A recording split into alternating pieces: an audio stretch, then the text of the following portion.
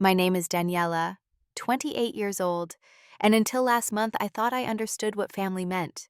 I was wrong. Working as a pediatric nurse, I spent my days saving children while financially supporting my parents and sister. I never imagined returning home one day to find them moving my belongings out of my room. "Now your room will be hers," my dad shouted, laughing at my shock and pain. What they didn't know was that my name was on the deed. 1 week and one lawyer later, everything changed. Before I tell you my story, let me know where you're watching from, and hit that like and subscribe button. Have your family members ever betrayed you when you needed them most? Growing up in suburban Boston, my family appeared picture perfect from the outside. My parents, Thomas and Linda, always emphasized the importance of family bonds and sticking together through thick and thin. I believed them completely. I was the responsible oldest daughter who tried to make them proud in everything I did. My sister Amanda was 5 years younger than me, and from the moment she was born, the family dynamic shifted. It wasn't obvious at first, but as we grew older, the pattern became undeniable. Amanda received new clothes while I got hand-me-downs. She got the latest toys for Christmas while I received practical gifts. When she threw tantrums, my parents rushed to soothe her. When I expressed any disappointment, I was told to be more mature. Despite this unequal treatment, I excelled academically. I worked hard through high school, earning scholarships that helped pay for my nursing degree.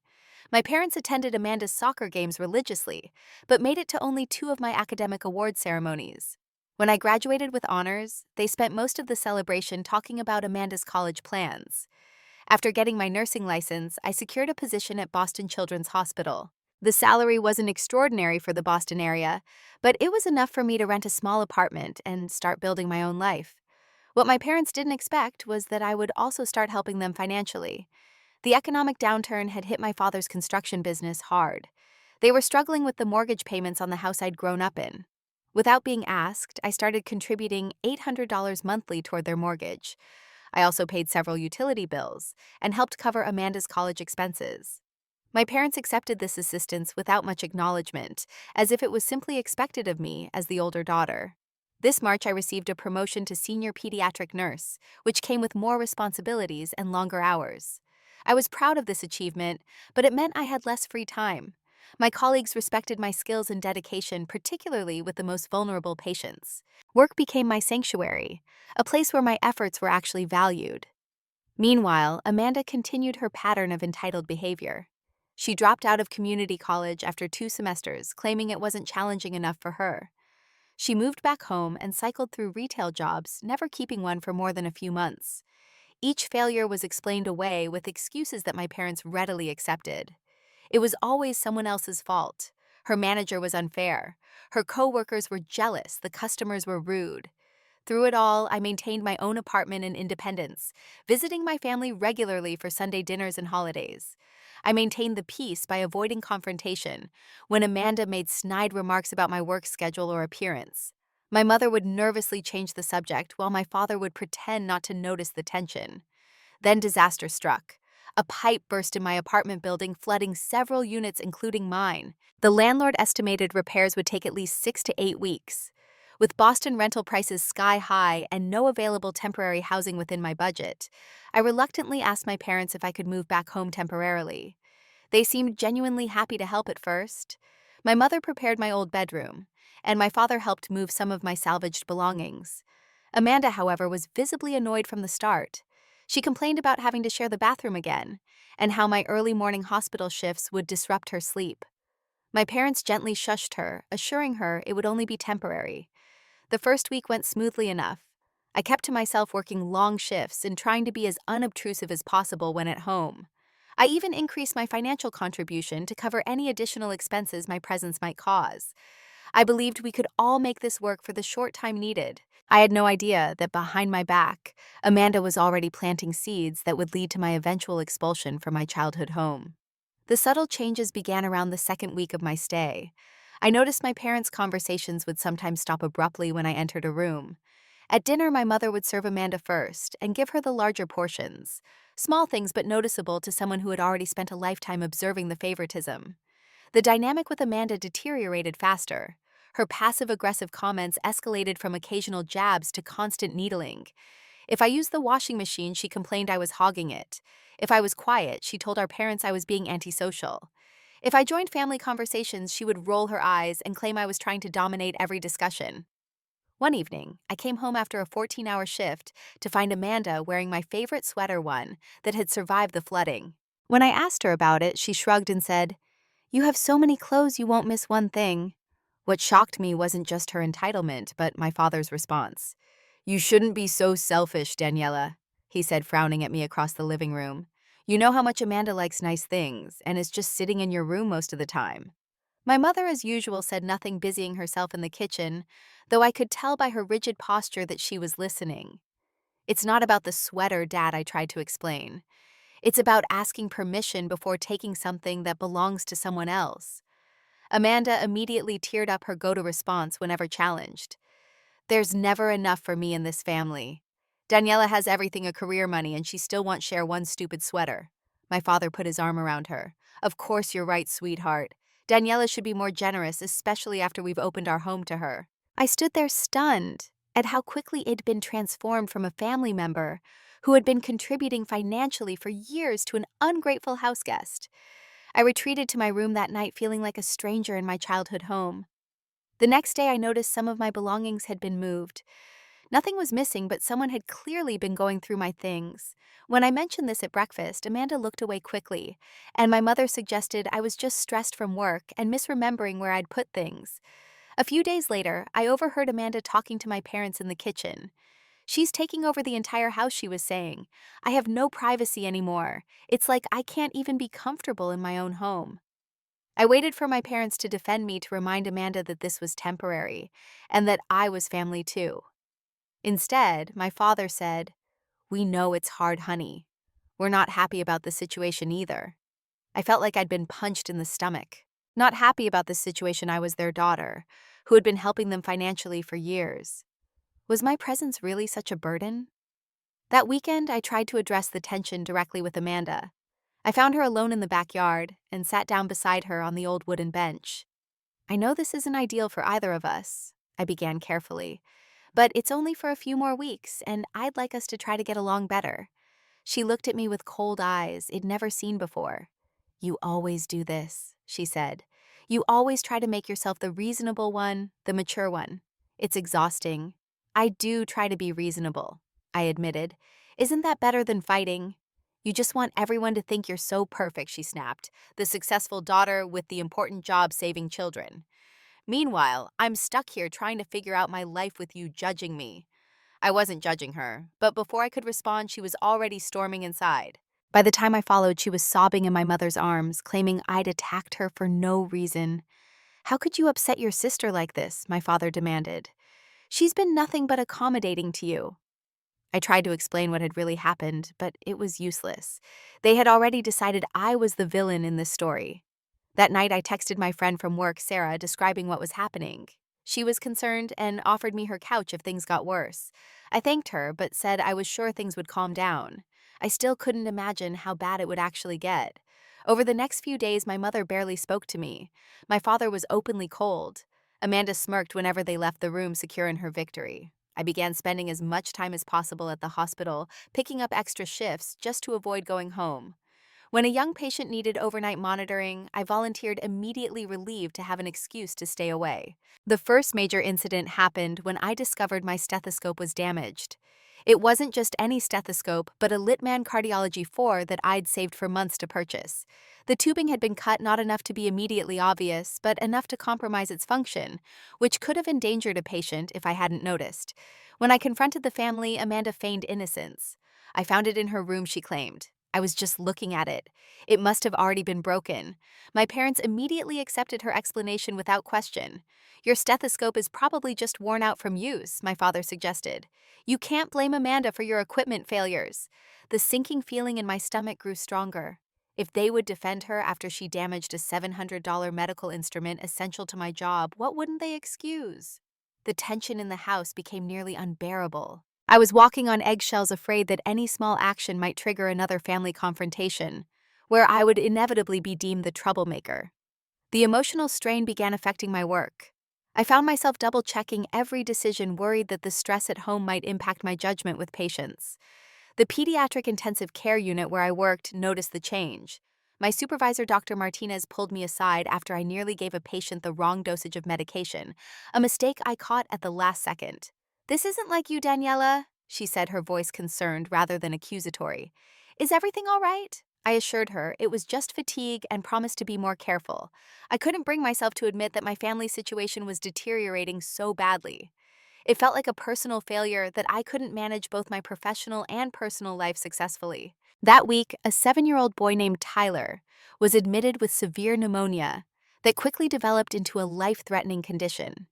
His case required constant monitoring, and I volunteered to stay with him.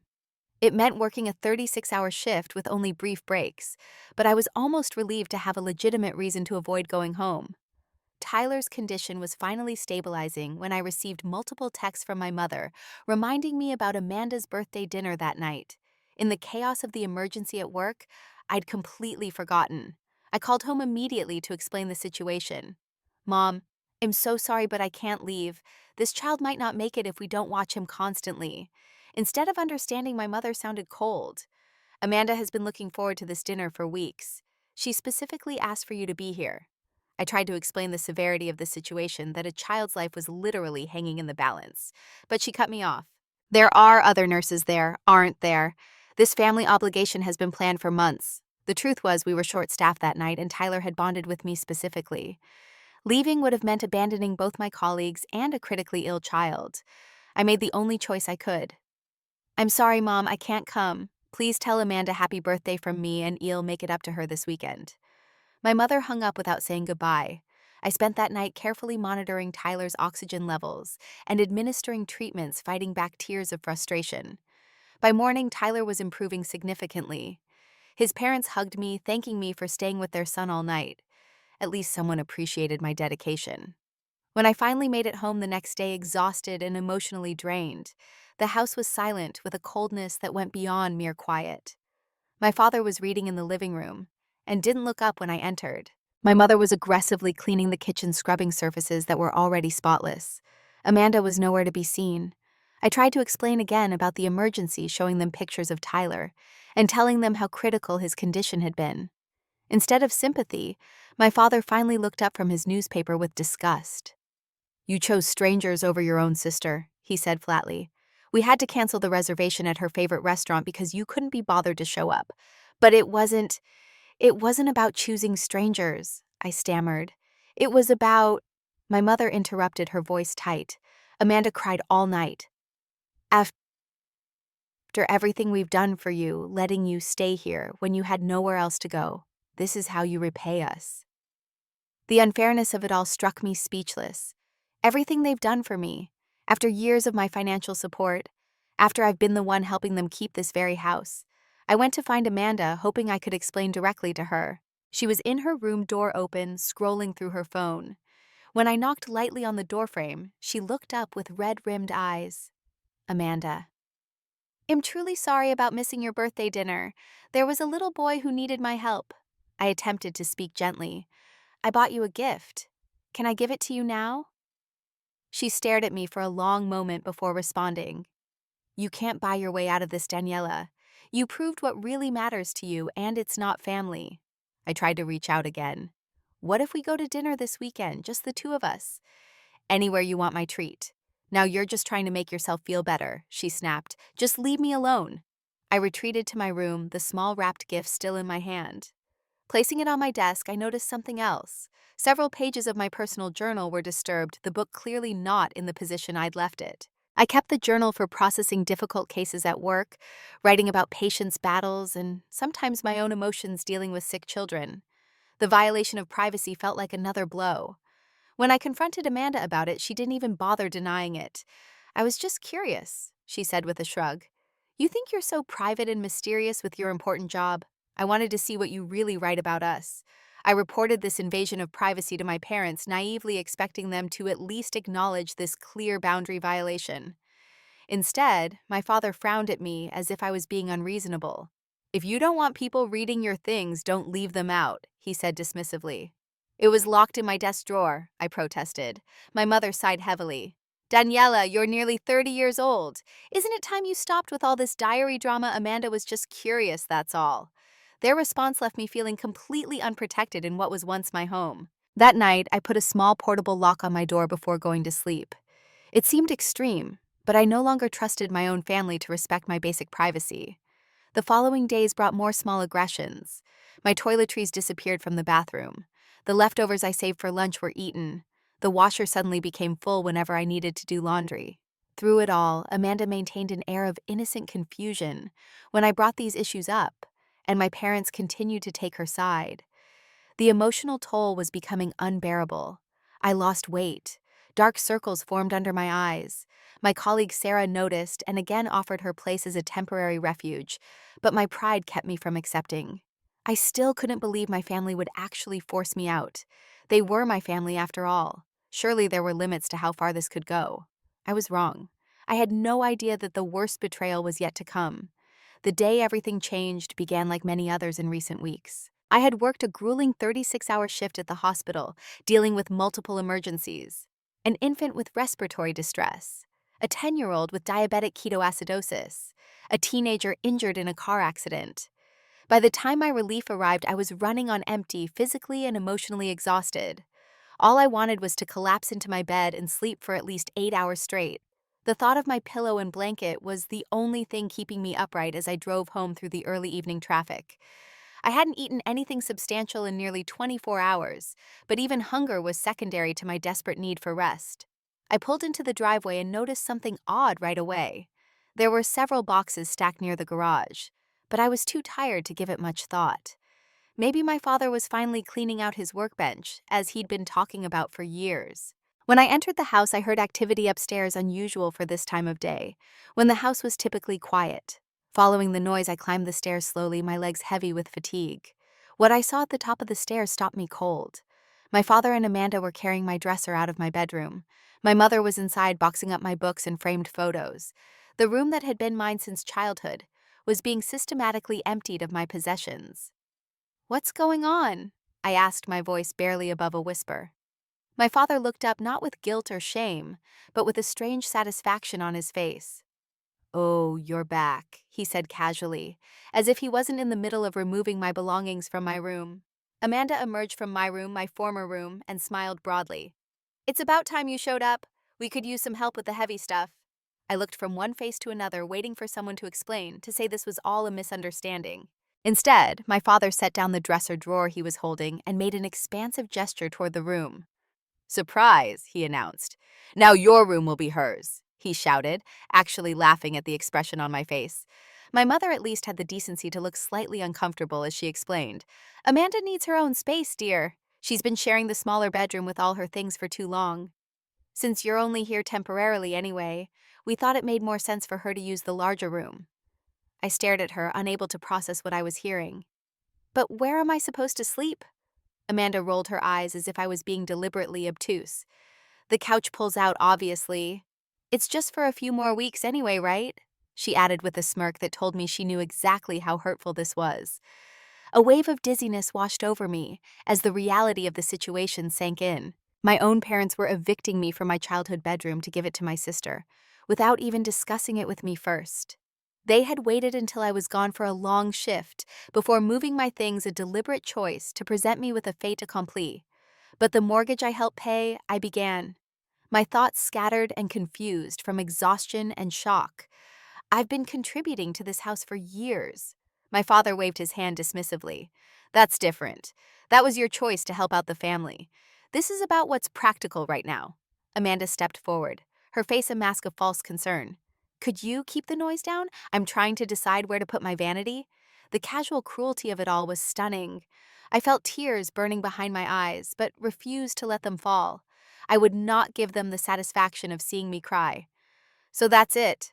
I'm just supposed to sleep on the couch after 36-hour shifts saving children." My voice was rising despite my efforts to stay calm. "I'm supposed to keep paying for a house where I don't even get a room." My father's expression hardened. "Now you're just being dramatic. It's not like you're homeless. We're giving you a place to stay." "Aren't we?" my mother added weakly. "The pull-out couch is quite comfortable. I slept on it when your aunt visited last Christmas." I looked around at the three of them. My father annoyed, my mother uncomfortable but complicit, and Amanda triumphant. and something broke inside me. A lifetime of trying to earn their approval, of giving financial and emotional support that was never acknowledged, of being treated as less than my sister. All of it crystallized in that moment into a single clarifying thought: I deserved better than this. "I'm not staying here," I said quietly. My father snorted. "Don't be ridiculous. Where would you go at this hour?" I didn't know the answer to that yet, but I knew I couldn't spend another night under this roof.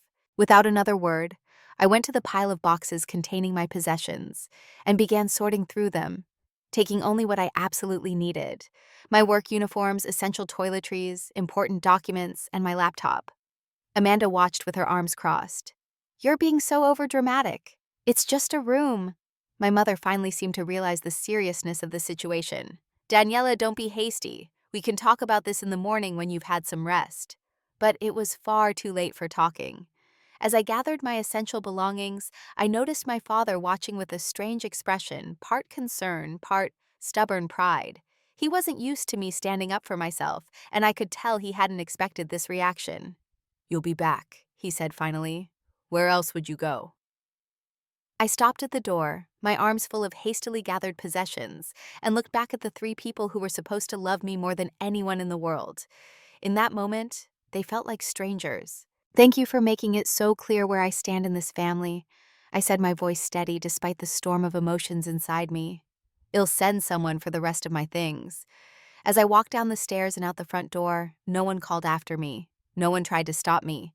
The silence behind me was the final confirmation that I had made the right decision, however painful. In my car, I finally allowed the tears to come. I sat there crying for several minutes before I could compose myself enough to drive. When I could see clearly again, I took out my phone and texted the one person I knew would help without judgment. "Can I crash at your place tonight? Family emergency." I wrote to Sarah. Her reply came almost immediately. "Of course. Doors open. Wine is ready." As I drove away from my childhood home, I felt both utterly lost and strangely free. I didn't know what would happen next, but I knew with absolute certainty that I would never again allow myself to be treated with such disregard by the people who should have valued me most. Sarah lived in a small but cozy one-bedroom apartment in Jamaica Plain. When I arrived, face streaked with tears and arms loaded with hastily packed belongings, she didn't ask questions immediately. Instead, she helped me bring in my things, poured me a large glass of wine, and sat me down on her couch that would become my bed for the night. "What happened?" she asked finally, once I'd taken a few sips and my breathing had steadied. The story poured out of me in a jumbled rush: how I'd come home to find them moving my things, my father's cruel laughter, the expectation that I'd sleep on the couch while continuing to help pay their mortgage. As I spoke, Sarah's expression moved from concern to disbelief to outrage. "That's beyond messed up," she said when I'd finished. "After everything you've done for them, after how much money you've given them." She shook her head in disgust. "No offense, but your family sounds toxic as hell." I stared into my wine glass. Part of me wanted to defend them, to explain how it wasn't always like this, but I couldn't find the words. Because the truth was, it had always been like this in smaller ways. The favoritism toward Amanda, my contributions being taken for granted, my needs considered secondary. Tonight had just been the culmination of a lifetime pattern.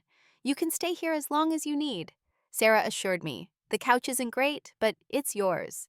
The irony wasn't lost on me. I was still sleeping on a couch, but at least it was offered with genuine care rather than as an afterthought. "I can't believe I just walked out like that," I said, the reality of my situation beginning to sink in. "I don't even know where I'll go after this." "One thing at a time," Sarah advised. "Tonight you sleep. Tomorrow we figure out next steps." Despite my exhaustion, sleep came fitfully that night. I kept jolting awake, momentarily confused about where I was, the events of the evening replaying in my mind. By morning, I felt only marginally more rested, but with the harsh light of day came clarity. I needed professional advice about my situation. First, though, I checked my phone. No calls from my parents. No texts asking if I was safe. Their silence spoke volumes. Sarah had already left for her shift at the hospital, but she'd left me a note with her spare key and instructions to help myself to anything in the fridge. I made coffee and sat down to assess my situation logically. The biggest issue was financial.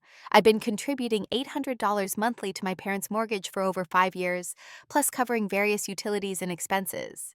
If I was no longer living there, that money could go toward my own housing, but there was the matter of all the past contributions. Had I been essentially paying into a home I now couldn't live in? I called the hospital and requested emergency personal days, something I'd never done before. My supervisor was concerned, but understanding, especially when I explained I was dealing with a sudden housing crisis. Next, I called my friend Melissa, who worked as a financial advisor. She agreed to meet me for lunch to review my financial entanglements with my parents. Over salads at a cafe near her office, I spread out my banking statements and explained the situation. Melissa listened carefully, her professional demeanor slipping occasionally to reveal her shock at my family's behavior. Daniela, do you realize how much you've contributed to your parents' home over the years? She asked after calculating the numbers. I shrugged. Around $50,000, maybe? She turned her legal pad around to show me her calculations. It's closer to $67,000 over the past 5 years.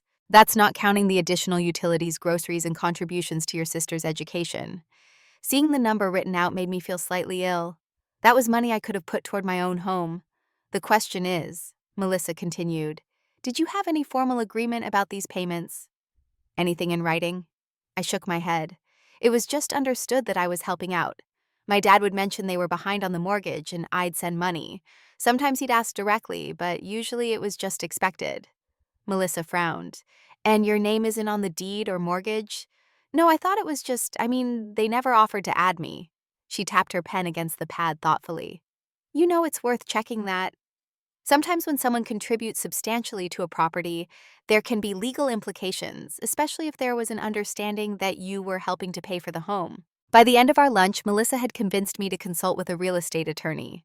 She recommended her colleague Jessica Thompson, who specialized in property disputes. 2 days later, I sat in Jessica's office once again explaining my situation.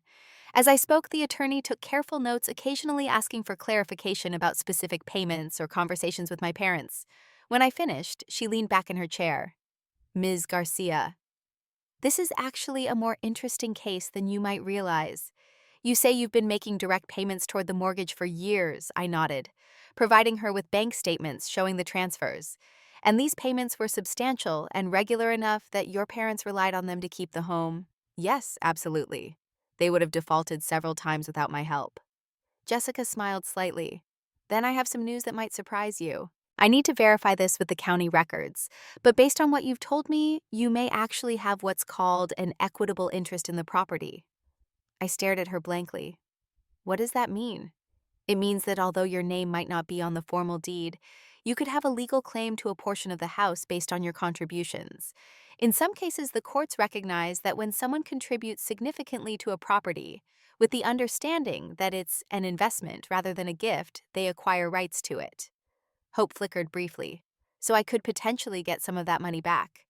Potentially more than that, Jessica said, her expression turning serious. Let me do some research. I need to check the property records and see exactly how the house is titled. Sometimes in these situations, parents will add adult children to deeds for estate planning purposes or to secure their contributions.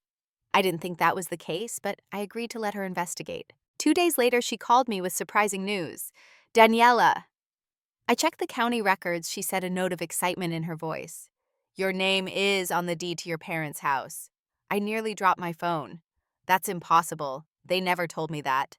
Nevertheless, it's there. You were added as a joint tenant with right of survivorship 5 years ago, right around the time you started making those substantial mortgage payments. The document has your signature on it. Do you recall signing anything? I cast my mind back. My father had asked me to sign some papers related to the refinancing of the mortgage. He'd explained it as a formality, something the bank required since I was helping with payments. I'd trusted him and signed without reading carefully, a decision I now deeply regretted. This changes everything, Jessica continued. As a joint owner of the property, you have equal right to occupy it. They cannot legally evict you from your own house. The realization was dizzying. For 5 years, I'd been a legal co-owner of the family home without even knowing it. My parents had kept this information from me, all while accepting my money, and then ultimately trying to relegate me to the couch. Jessica laid out my options. We could send a formal letter asserting my property rights and demanding either continued access to the home or financial compensation for my ownership share. If they refused to cooperate, we could potentially force a partition sale of the property. It was a nuclear option, one that would permanently alter my relationship with my family. But hadn't they already done that when they moved my belongings without my consent and laughed at my pain? After careful consideration, I authorized Jessica to send the letter. Part of me hoped that simply knowing I was aware of my legal standing would bring my parents to their senses. Another part knew it was too late for that. What I never expected was just how quickly everything would change once my family realized they couldn't push me around anymore. The morning after Jessica's letter was delivered, my phone exploded with notifications. 12 missed calls from my parents, 8 text messages from Amanda, 3 voicemails, each more frantic than the last. I listened to the first voicemail while sitting in Sarah's kitchen, my hands shaking slightly. Daniela, this is your father came. My dad's voice, all traces of the mocking tone from our last encounter gone. We received a very concerning letter from someone claiming to be your attorney. We need to discuss this immediately. Call me back. The second voicemail, left an hour later, was more agitated. Daniela, it's Dad again. I don't understand what you're trying to do here. This is a family matter. We don't need lawyers involved. Call me as soon as you get this. By the third message, his tone had shifted from commanding to pleading. Sweetheart, please call us back. Your mother is very upset. We can work this out as a family. Whatever you're thinking of doing, let's just talk first, okay? I played the messages for Sarah, who had been my rock throughout this ordeal. Wow, she said, eyebrows raised. Amazing how fast they changed their tune when they realized there were actual consequences. I nodded, still processing the dramatic shift. My father had gone from laughing at me to calling me sweetheart in the span of one legal letter. The text messages from Amanda were equally revealing, moving from initial anger. Now you've really done it. Lawyers seriously to attempts at reconciliation. I know things got out of hand, but we don't need to make this so formal. And finally, to outright panic. Please don't make them sell the house. Where would I live? This last message confirmed what Jessica had suspected. My sister had no means to support herself if my parents had to sell the house to buy out my share. She had been living rent-free while I helped pay the mortgage. The injustice of it all struck me anew. Jessica had advised me not to respond directly to any family members and to direct all communication through her. It was difficult advice to follow. The pull to explain myself, to respond to the guilt trips was strong. But I remembered my father's laughter as he announced I'd be sleeping on the couch, and my resolve hardened. I forwarded the voicemails to Jessica and sent a brief text to my parents. Please direct all communications to my attorney. Within an hour, Jessica called to tell me my parents had contacted her. They want to meet, she said. They claim there's been a misunderstanding and they'd like to resolve this amicably. What did you tell them? I explained that the facts are quite clear. You are a legal co-owner of the property and have rights that they violated. I suggested that if they want to avoid a court-ordered partition sale, they'll need to either buy out your share at fair market value or sell the house and split the proceeds according to ownership percentage. I tried to imagine my parents' reaction to that ultimatum. My father especially would not have taken it well. He was used to being the authority figure, the one who made decisions for the family. How did they respond? I asked. They asked for time to consider their options, Jessica replied, but they also tried to argue that you didn't really contribute that much to the mortgage, that your payments were more like rent. I felt a flash of anger. I had bank statements proving otherwise. Years of regular payments directly referenced as mortgage contributions.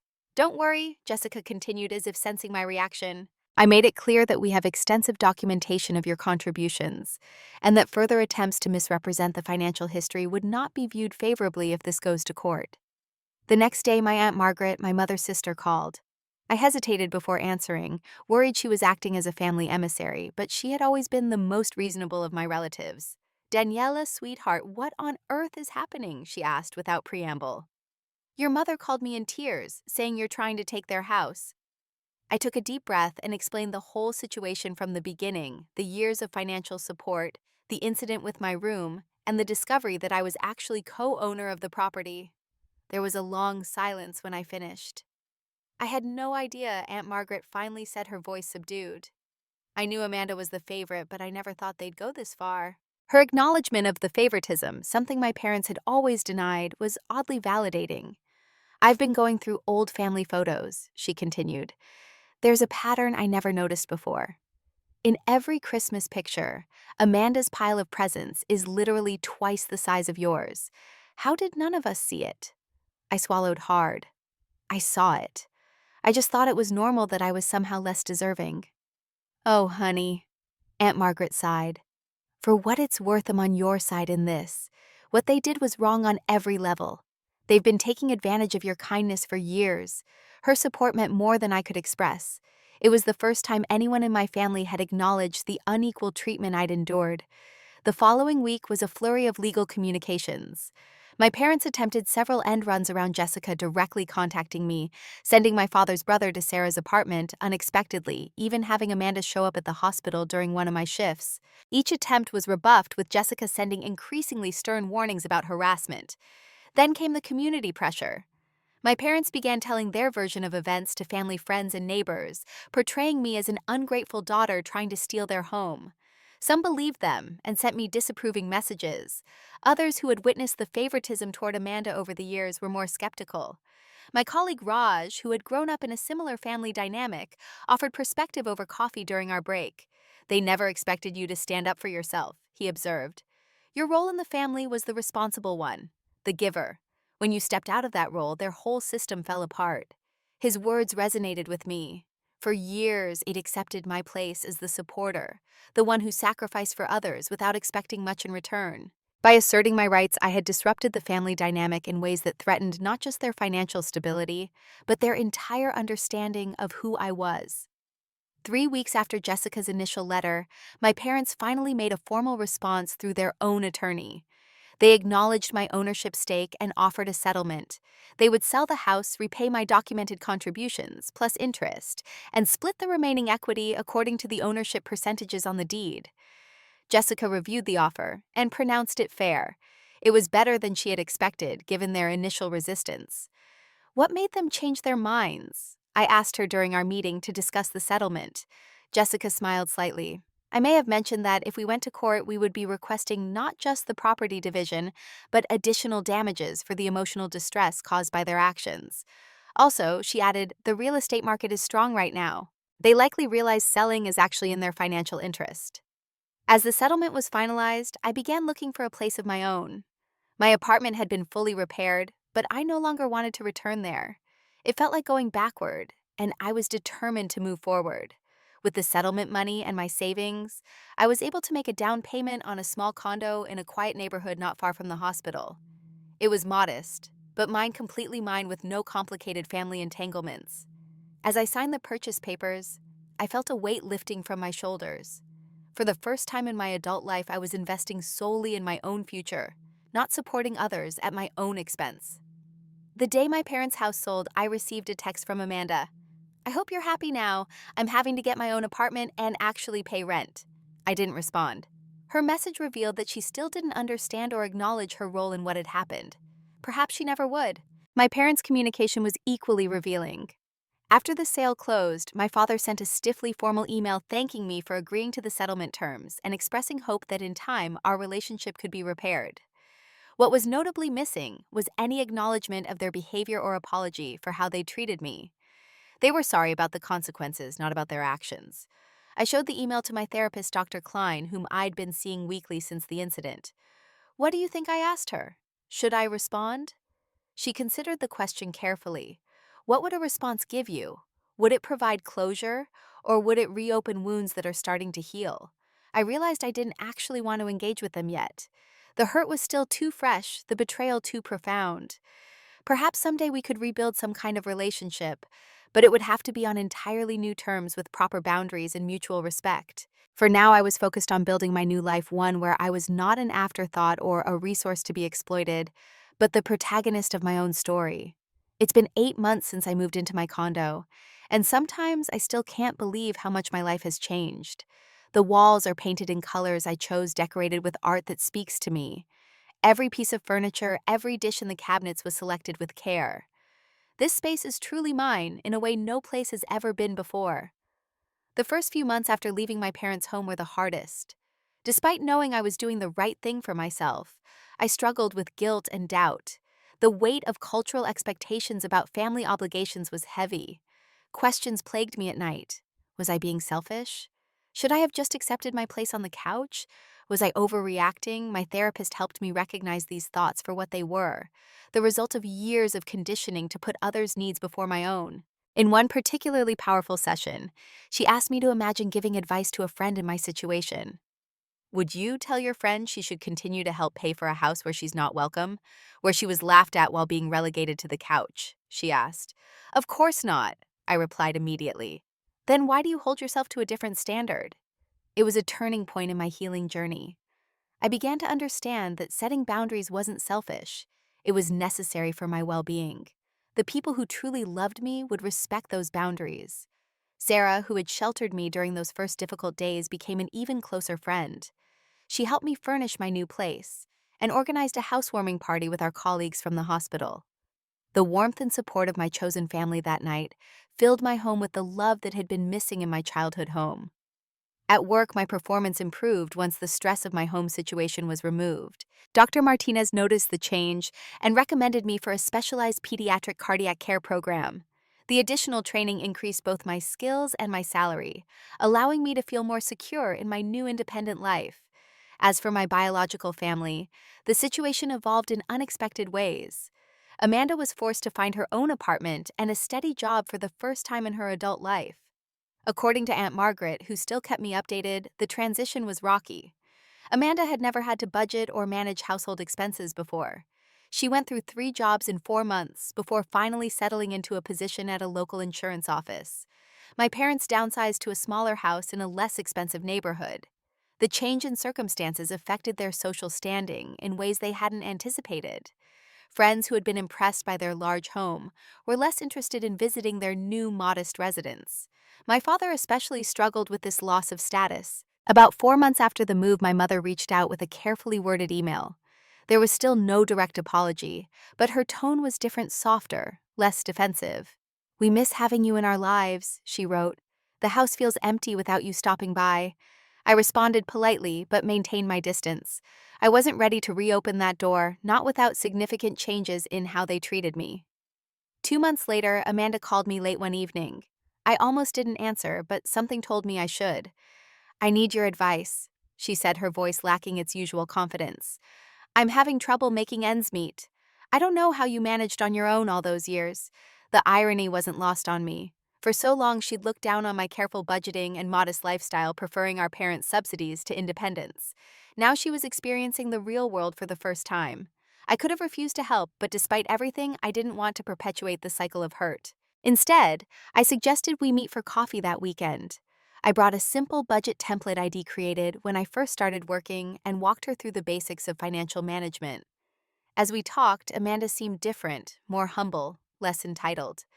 Near the end of our meeting, she looked down at her coffee cup and said quietly, "I never thanked you for helping with my college expenses.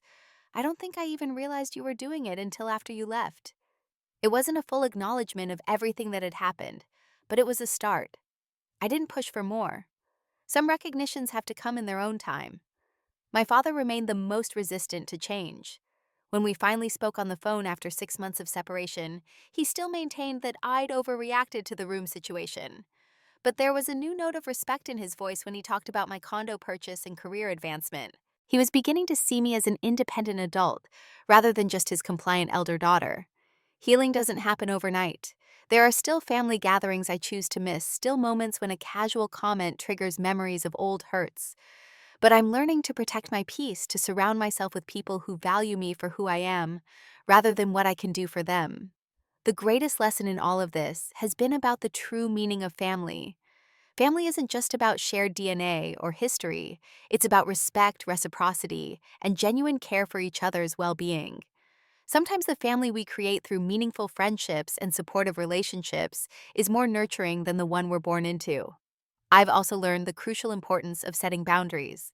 For years, I thought boundaries were selfish, that true love meant giving endlessly without expectation. Now I understand that healthy boundaries protect both parties, creating relationships built on mutual respect rather than exploitation. Most importantly, I've discovered my own worth. I no longer measure my value by how much I can give or sacrifice for others. My needs and feelings matter just as much as anyone else's, a simple truth that took me 28 years and a painful family rupture to fully embrace. As I sit on the small balcony of my condo, watching the sunset paint the sky in shades of pink and gold, I feel a sense of peace that once seemed impossible. The journey here was harder than it should have been, but I'm grateful for where it led me to self respect, to true independence, and to a deeper understanding of what love actually means. The path forward with my family remains uncertain. Perhaps we'll eventually build something new from the ashes of what was destroyed. Perhaps not. Either way, I know I'll be okay, because I've finally learned to be my own advocate, to value myself even when others don't, and to create a life that honors rather than diminishes my worth. Have you ever had to make the difficult choice between family loyalty and self respect? Share your experiences in the comments below. If this story resonated with you, please like and subscribe to hear more journeys of healing and growth. Thank you for listening to my story. And remember, your worth is never determined by how others treat you, but by how you choose to honor yourself.